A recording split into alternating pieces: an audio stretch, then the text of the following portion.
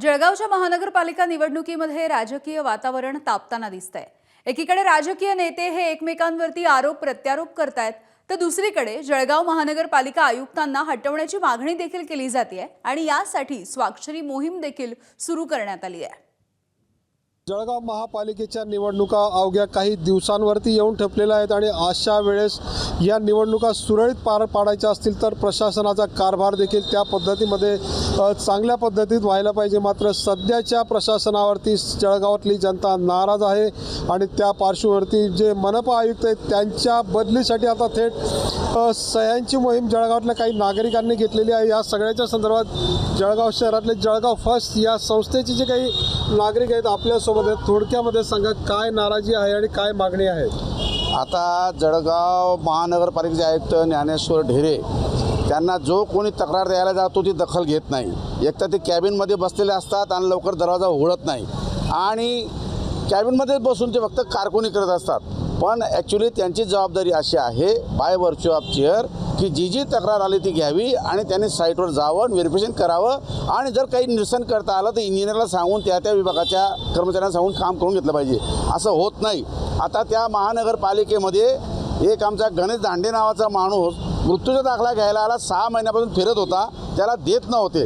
अक्षरशः त्याने इतकी वाईट शिवगाड केली घाणेरडी आणि तेव्हा त्याला दाखला दिला। म्हणजे याचा अर्थ असा आहे का की जर समजा कारकुनला किंवा इंजिनियरला किंवा ज्ञानेश्वर ढेरेला घाणेरडे अभद्र शिवे दिले तर कॉम्प्युटर चालतो, त्याचा सर्व्हर डाऊन होत नाही, तो चालतो, असा एक प्रकार आहे। आणि म्हणून मला असं म्हणतो की आयुक्त ज्ञानेश्वर ढेरे हा माणूस काही कार्यक्षम नाही। त्याप्रमाणे निवडणुका जवळ आल्या, यांनी याद्यांचे शुद्धीकरण पण केलेलं नाही आहे आणि तशी काही त्यांच्याकडे योजना पण नाही आहे। नुसतं कर्मचाऱ्यांना झापणं हे पुरेसं नाही। म्हणून कुठेतरी शास्त्रशुद्ध पद्धतीने काम झालं पाहिजे। आयुक्त ज्या मानाने पगार घेतात 1.5-2 लाख तेवढं काम करत नाही। मतदार याद्यांचाही घोळ जो आहे तेही ते सुधारू शकलेले नाही। मग निवडणुका कशा होतील, मग लोकशाही टिकेल कशी? आमचं जळगाव खूपच त्रस्त झालेले लोक अत्यंत नाराज आहेत आणि म्हणून ऐकतो तुकाराम मुंडेंसारखा माणूस येऊ द्या, त्यांच्यासारखा सक्षम माणूस येऊ द्या का म्हणून तुकाराम मुंडेंच्या हटावची कोणी मागणी करताय? तुकाराम मुंडेंच्यावर काहीतरी आम्हाला चालतात त्याचं कारण आम्हाला निष्क्रिय लोक नको आहेत।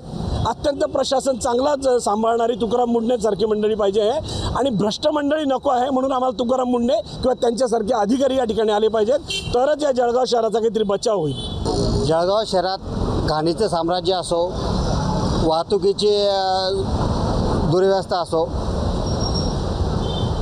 रस्त्यावर अक्षरशः बाजार व्यापार मांडलेला आहे। उलान मार्केट, सगळ्या मार्केटमध्ये घाणीचे साम्राज्य आणि ट्रॉफिकची सगळे खोळंबलेले आहे आणि मोकाट कुत्र्यांचा जो काही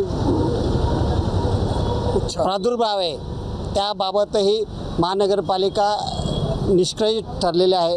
माननीय सुप्रीम कोर्टाचे गाईडलाईन्स असूनसुद्धा महापालिकेचे आयुक्त यांनी कुठलीही त्यांची कारवाई केलेली नाही आहे। या सर्व गोष्टींना हे आयुक्त जबाबदार आहेत।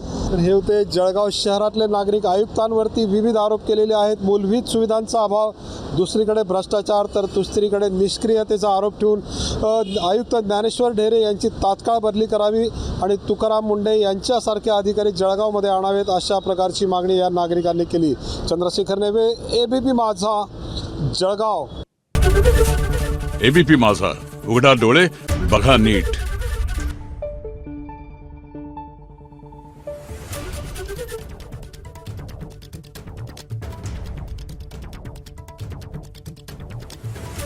Thank you.